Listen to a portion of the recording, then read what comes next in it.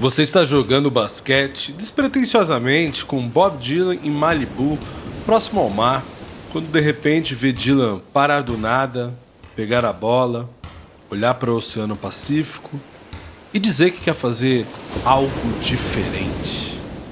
Você não entende bem, até porque sabe que diferente pode significar muitas coisas para o Bob Dylan. Você pergunta o que ele tem em mente e ouve como resposta: não sei, algo como um circo. Saudações dilanescas! Seja bem-vindo a mais um episódio do podcast Dilanesco. Meu nome é Pedro Couto e desde 2010 escrevo sobre Bob Dylan e agora chegamos ao episódio número 30 deste podcast. 30, até me surpreende. E aí eu prefiro fazer algo menos linear, né? Mesclando assuntos diversos ali que abarcam esses mais de 60 anos de carreira do Dylan, indo pra lá e pra cá. Mas agora a gente chegou num momento em que os assuntos dos episódios vão se relacionando cada vez mais. Antes, eu quero dizer que além do Apoia-se, eu também criei uma chave Pix para facilitar para vocês que querem dar um suporte aí. Então quem quiser fazer um Pix para ajudar o Dilanesco, é só usar a chave de e-mail dilanesco@dilanesco.com. Para os dilanescos fiéis aí, tem até a opção de Pix recorrente, tá? Voltando aí. Em episódios anteriores eu já falei separadamente sobre a turnê de 74, né? Sobre a música Hurricane e sobre o disco Desire, né? Gravados em 1975. Hoje a ideia é falar sobre a turnê que começou no fim de 1975 e que significou não só uma nova guinada, como também trouxe uma nova forma de Bob Dylan se reconectar com a sua musa, com uma musa, enquanto perdia a outra, né? Eu indico até ouvir esses outros episódios para quem quiser ter uma imersão maior desse contexto. E olha que ainda tem muita coisa para falar desse período. Eu ainda nem falei do descasso que é Blown on the Tracks, por exemplo. Mas enfim, bora lá?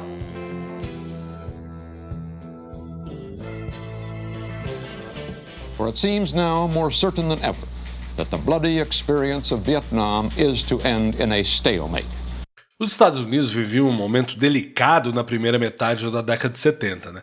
Prestes a celebrar seus 200 anos de independência, com comemorações meio descentralizadas e pouco suntuosas para um império, eles viram o seu presidente Richard Nixon renunciar para evitar um impeachment após o escândalo de Watergate, quando o Partido Republicano colocou escutas e outras ações bem pouco éticas no escritório do Partido Democrático para monitorar as estratégias durante as eleições. Os estadunidenses também viram a derrota na guerra do Vietnã quando os comunistas conseguiram conquistar, né, ou reconquistar a capital Saigon. Uma derrota bem pesada na imagem, com a superpotência meio que saindo com o rabo entre as pernas de um país que imaginavam ser bem mais fácil de conquistar, né? As coisas estavam tão tensas que o presidente Gerald Ford, nesse período aí, quase foi assassinado em 2 atentados, um deles por um seguidor de Charles Manson. A vida pessoal do Dylan também estava cercada de renúncia, guerra e atentado. Ele renunciou à vida doméstica, né, depois de 6 anos vivendo em família e sem fazer turnê, para se juntar à sua antiga banda e fazer em 74 uma excursão bem megalomaníaca para a época, né, tocando em estádio e atraindo a procura de milhões de pessoas. E aí essa turnê foi tema do episódio 13 aqui do podcast. Desde o disco lançado junto dessa turnê, o Planet Waves, ele abre uma espécie de guerra agridoce com a sua esposa Sarah Dylan, né? Mordendo e assoprando. Ora canções de amor, ora canções de escárnio. Só jogando a fofoca pela metade para outro dia eu contar aqui, tá? Bob Dylan, ele engata um caso com uma funcionária da sua gravadora, Columbia. Enquanto Sarah continua morando na mansão em Malibu, ele passa um tempo em Nova York, tendo aulas de pintura, depois viaja com sua amante para sua fazenda em Minnesota e compõe as músicas que virariam o Blood on the Tracks, com referências à amante, a Sarah e até a sua namorada dos anos 60, Suzy Rotolo. Já em 75, o Bob Dylan curte uma baguncinha ali na França, volta para os Estados Unidos, passa um tempo em Malibu, quando tem a ideia do circo enquanto jogava basquete com Roger McGuinn, o ex-The Byrds, e já em carreira solo, né? Então Dylan segue para Nova York, perambulando pelas ruas de Greenwich Village, como fazia há pouco mais de 10 anos antes. E aí nasce Desire e a sua canção de protesto, Hurricane, que foram temas dos episódios 5 e 6.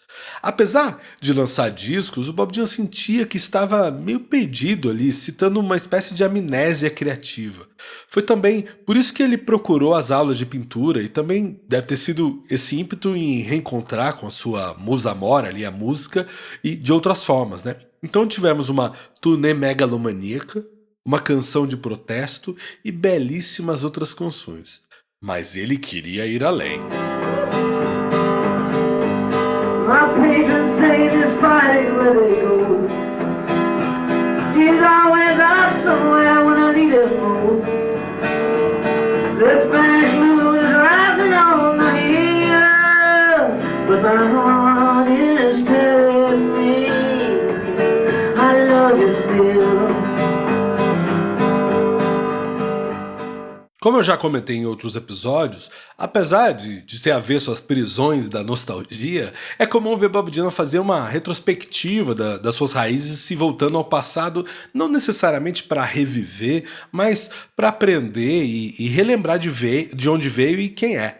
Talvez tenha sido isso que tenha feito ele a voltar a circular por Greenwich Village nesse período aí, apesar dessa época o bairro ser bem diferente, né? É até curioso pensar como foi mais ou menos nessa época e nessa região que surgiria o punk dos Ramones. Além da menção do circo para Roger McGuinn, a gênese da ideia da tal turnê aconteceu simbolicamente no dia 4 de julho de 1975, quando é comemorado a independência dos Estados Unidos, né?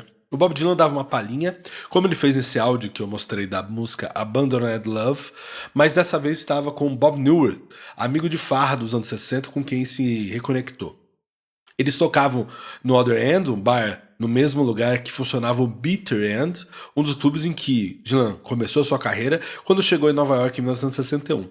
E aí no dia seguinte, outros tantos músicos que até integrariam a turnê também marcaram presença no Other End, como Rob Stoner, Dave Mansfield, o T-Bone Burnett, Roger McGuinn, o Mickey Ronson, esse último aí que é até guitarrista do David Bowie, né? Aliás, outro fã assumido do Dylan.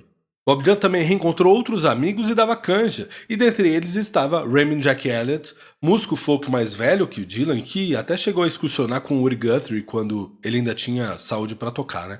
O Jack Elliott era uma referência na cena folk nos anos 60 e tido como o novo Woody, pelo menos até Bob Dylan chegar. O Dylan chamou o Jack Elliott para uma turnê, numa conversa breve e quase monossilábica, né? E aí o Jack Elliott aceitou e meses depois eles já estavam na estrada. Essa turnê se chamaria Rolling Thunder Revue e o próprio nome é cheio de histórias, né? O Dylan disse que pensou no nome quando viu uma tempestade se aproximando e 3 trovões seguidos rugindo. Dylan também ficou sabendo que em algumas culturas indígenas americanas, Rolling Thunder significa falar a verdade. Revue, que vem do francês, né? No contexto americano é aqueles shows de teatro de variedade que mistura dança, música e sketch cômicas, né?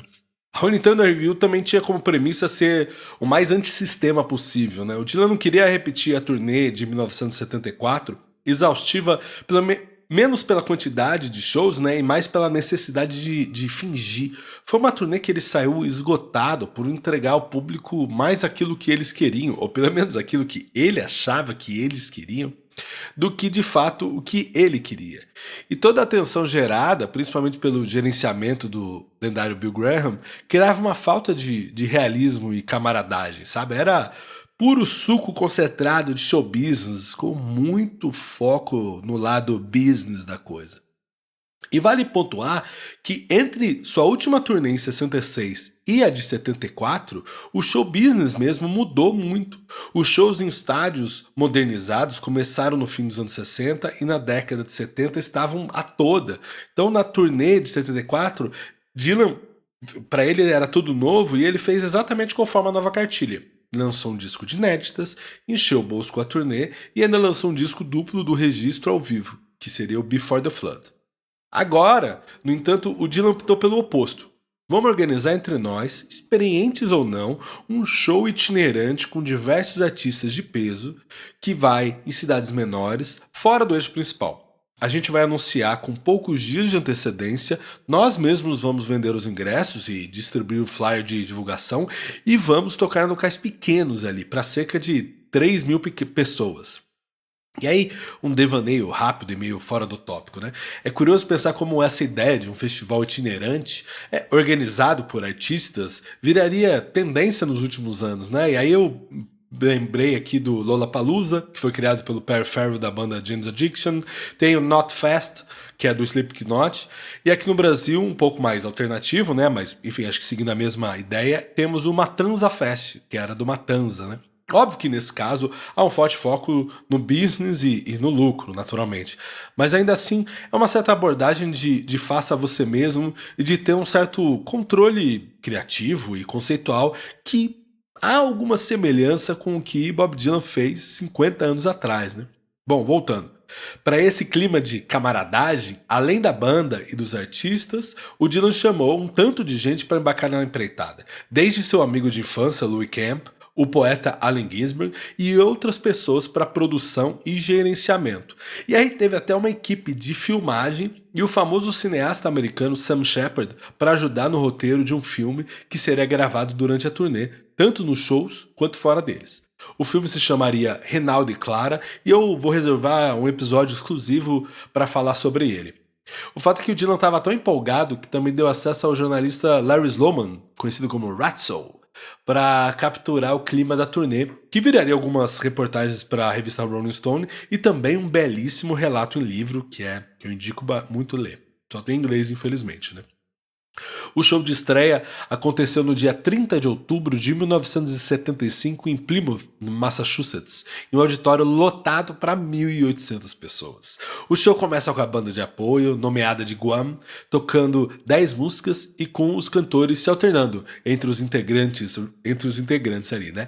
Aí Remy Jack Elliott subia ao palco e cantava 4 músicas. Então surgia Bob Dylan ao violão com um traje chamativo, chapéu e uma máscara transparente do ex-presidente Richard Nixon cantando When I Paint My Masterpiece. E aí eu fico imaginando aquela dúvida da plateia até perceber que aquele mascarado era quem eles estavam há tanto tempo querendo ver, né?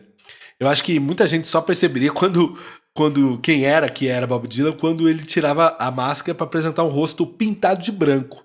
E aí é Dylan revelando uma persona bem diferente da turnê de 74, né? Não é mais aquela persona do roqueiro. Agora é o líder de uma trupe de menestrés, sei lá, um trovador vindo de longe com seu circo itinerante. E aí seu rosto, pintado de branco, tinha referências do cinema, do circo, e quando questionado sobre a maquiagem, Dylan, sendo Dylan, respondia: "Eu quero que as pessoas ouçam minhas palavras e não que vejam meu rosto." Bob Dylan toca mais 4 músicas, né, depois de When I Paint My Masterpiece, chamando para o palco também a violinista que gravou o disco Desire, Scarlett Rivera. Então as cortinas se fecham por um breve intervalo. Na volta, o Bob Dylan agracia o público e entrega um pouco da nostalgia, talvez na quantidade que ele conseguia e queria, né? E toca 4 canções ao lado de ninguém mais que Joan Baez, sendo que uma só os dois e as outras com a banda, né? Então Dylan sai de cena e deixa Joan Baez fazer seu show com 6 músicas, dentre as músicas, até a sua ode, né? Sua ode ao Dylan, chamada Diamond and Rust. O Roger McGuinn canta uma música, a Joan Baez canta outra, então Dylan está de volta para sua segunda parte. Uma canção solo, quase como nos velhos tempos, e outras 5 com a banda.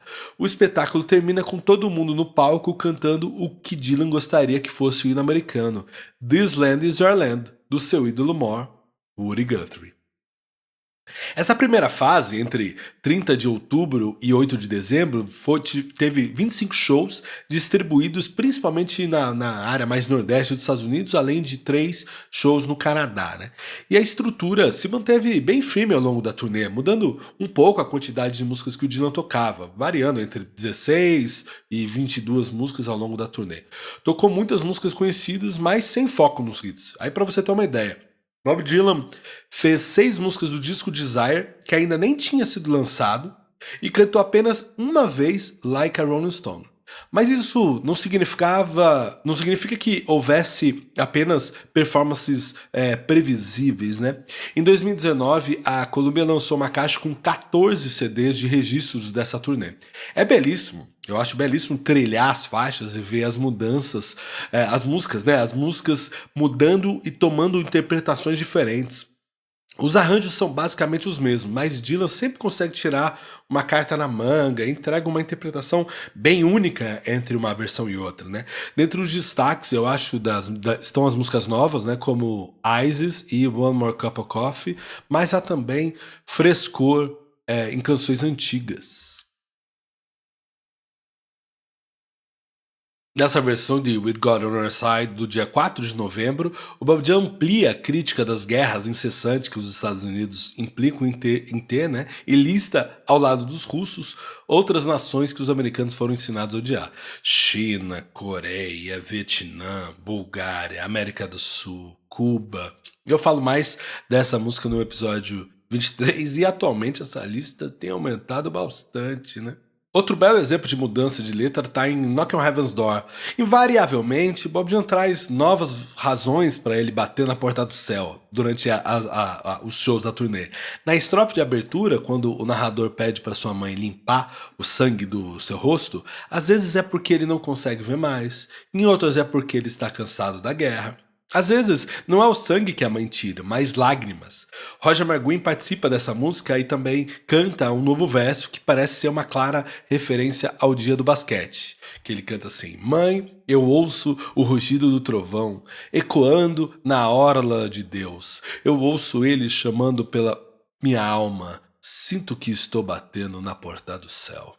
É incrível pensar na potência dessa canção, que desempenharia um símbolo ainda maior na sua fase cristã, que eu comento nos episódios 9 e 10. Bom, ao longo dessa turnê da Rolling Thunder Review, outros artistas pegariam carona. O Leonard Cohen apenas assistiu, mas a Joni Mitchell e o King Friedman foram alguns dos artistas que entraram no ônibus para participar dos shows. Um show pouco convencional e até muito... E muito comunal ali, muito, novamente, né? Acho que era a antítese do que o que foi a turnê de 74. Isso não só na escolha dos lugares, da banda e do repertório. O Bob Dylan no palco era um ser completamente diferente do que tinha se visto. Havia uma teatralidade, uma performance expressiva que surpreende até hoje. Eu nem consigo imaginar como deve ser naquela época.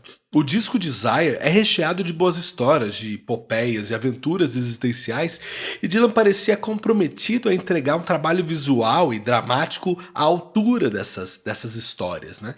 Em algumas canções, o Bob Dylan não estava nem com guitarra ou violão, né? E aí, assim, tirando raros momentos, como quando ele recitou o poema The Last Thought on Woody Guthrie, em 1963, era a primeira vez que se via Dylan sem um instrumento, né, separando ele e a plateia, né? Como ele cantou, às vezes até o presidente precisa ficar nu. E aí, mesmo com a estrutura mais estática, toda a trupe estava empenhada em entregar um show único. Roger McGuinn e Bob Newhart faziam caras e bocas. Scarlett Rivera caprichava no visual e nas linhas de violino, beirando o psicodélico. Até Joan Baez se permitia dançar como se ninguém estivesse vendo em cima do palco, e aí liberando uma energia que ela não costumava transmitir nos seus shows. É incrível pensar em como o Dylan conseguiu colocar em prática a ideia diferente que ele teve enquanto jogava basquete e como ele conseguiu criar um clima artístico para que todos pudessem entrar nesse devaneio experimental, né? O Roger McGuinn, por exemplo, cancelou a sua própria turnê para se juntar a esse momento. E Bob Dylan sempre se colocou nos limites. Em basicamente 14 anos de carreira, em 1975, o Bob Dylan foi o porta-voz de uma geração engajada com as suas canções folk, abandonou a cena folk para ser a pessoa que colocaria novas linguagens poéticas no rock e depois expandiu sua arte para outros estilos, mesclando folk, rock, country. Em 1975, Bob Dylan parecia não querer mais saber de limites, de conceitos fechados. Se você pegar Planet Waves, Blown on the Tracks, Desire, cada disco é algo único. É rock, é folk, mas tem uma amálgama que só Dylan conseguiria fazer. E vai além também, né? As suas músicas soam como a eterna busca por autoconhecimento, no penoso caminho da reflexão, da experimentação e usar a poesia e a arte para a própria expansão como ser. Life isn't about finding yourself or finding anything. Life is about creating yourself and creating things. Neste trecho do pseudo-documentário dos Scorsese sobre a turnê, que eu vou falar mais em outro episódio, o Bob Dylan diz: a vida não é sobre encontrar a si mesmo. A vida é sobre criar a si mesmo e criar coisas. E a Rolling Thunder é novamente uma recriação, dessa vez na procura por uma arte mais ampla, mais comunicativa, com outros elementos juntos. Os personagens que estavam sendo pensados para o filme sobem ao palco e criam uma outra persona. Em todo o período, o Bob Dylan convida a todos para algo que ele continuaria insistindo: fazer arte de maneira espontânea e convidar o público a participar como alguém que está ouvindo pela primeira vez uma história sendo contada ao mesmo tempo em que a história é praticamente feita. Diante de um país em crise existencial, prestes a fazer 200 anos de independência, o Bob Dylan parecia convidar a refletir sobre si, sobre o passado, não com nostalgia, mas curiosidade, como se dissesse: não vamos reviver, vamos pensar a essência do que éramos, para entender como manter essa essência viva. Não é repetir a receita, mas entender o âmago do que é ser e quem se é. Ao mesmo tempo, Dylan está numa crise existencial pessoal, né? Ele vê seu casamento ruir, reflete sobre seus próprios erros, sobre os erros da sua esposa, das mudanças de rumo do destino, né? A Rolling Thunder é a busca e fuga ao mesmo tempo. É a tentativa de ressignificar sua vida como músico de estrada, não querendo repetir sua turnê de 74. É a fuga das decisões da vida adulta, talvez ao mesmo tempo que dá espaço para que alguns machucados cicatrizem. E a busca por novas formas de fazer arte, seja pensando nos shows como um grande espetáculo circense e itinerante e como uma plataforma para fazer um filme experimental e, obviamente, como uma maneira de revisitar o cerne do seu berço artístico. Isso porque é importante falarmos da campanha para Rubbing Hurricane Carter, né? Dylan fez a música Hurricane e pressionou a gravadora a lançar a música como single a tempo da turnê e conseguiu que fosse lançada já em novembro. A única do disco de Desire a estar nas lojas nessa fase da turnê, né? Talvez tenha sido isso seu jeito de prestar uma homenagem a Woody Guthrie e o Pete Seeger, que décadas antes viajavam pelos Estados Unidos para conscientizar as pessoas sobre a injustiça dos Estados Unidos e dos mandantes. E ao lado de Joan Baez, uma eterna ativista, Bob Dylan queria ver o Hurricane livre da cadeia onde foi posto injustamente. Então, de certa forma, Dylan conseguiu dar significado para a sua arte para além da sua própria busca, né? Envolveu outros artistas, outras causas e criou uma movimentação, uma reflexão importante sobre identidade. E também, de certa forma, reforçou a força da sua música mesmo, né? Ele cantou The Lonesome Death of Harry Carroll, por exemplo, que além de uma narrativa muito bem lapidada, é um ótimo exemplo de como a injustiça que afetava Hurricane vinha de muito tempo antes e estava profundamente enraizada na cultura do seu país. E é preciso refletir sobre isso, né? You know, I'm trying to get to the core of what this Rolling Thunder thing is all about, and I don't have a clue because it's about nothing. It's just something that happened 40 years ago. And that's the truth of it. Why don't we go down that road? Okay, we can. Let's go. All right, let's go. I don't remember a thing about Rolling Thunder. Okay. I mean, it happened so long ago, I wasn't even born. Aqui, Bob Dylan diz que o Rolling Thunder Review é sobre nada, que é apenas algo que aconteceu há muitos anos atrás. Mas será que é mesmo? Eu vejo a Rolling Thunder Review como um momento muito especial e importante para todos os envolvidos. Para o Dylan, foi seu momento de evitar novos atritos pessoais ao mesmo tempo que refletia sobre sua vida e ressignificava sua relação com o palco e a estrada. Para todos os outros integrantes, foi o momento de viver uma experiência única, principalmente para a época, de uma camaradagem que tentava domar ao máximo os egos naturalmente inflados pelos sucessos e louros do passado. E para o público, era o momento de reencontrar com um artista que está em constante expansão, que relembra o passado sem que fique estacionado dele. E para o próprio Estados Unidos, era um momento de refletir sobre quem foi e sobre quem poderia ou deveria ser. Apesar de ser um devaneio, quase um delírio, né? A Rolling Thunder deixou suas marcas nesse ideal de construir o seu caminho da sua forma. E aí, voltando à frase do Dylan que ouvimos, eu acho incrível como Dylan evita viver no passado, por mais especial que tenha sido. E isso, por si só, já é uma lição. Ao mesmo tempo, não precisamos viver no passado, né? É possível visitá-lo de vez em quando para rememorar que é possível construir caminhos diversos, de que o fracassar é não tentar absolutamente e se tentar algo já é um sucesso. A Rolling Thunder renderia mais uma leva de shows num clima bem diferente em 1976, um filme conceitual difícil de entender e um álbum ao vivo com um dos expurgos mais honestos de Bob Dylan. Mas daí é conversa para outros episódios. É isso, espero que tenham gostado e até a próxima.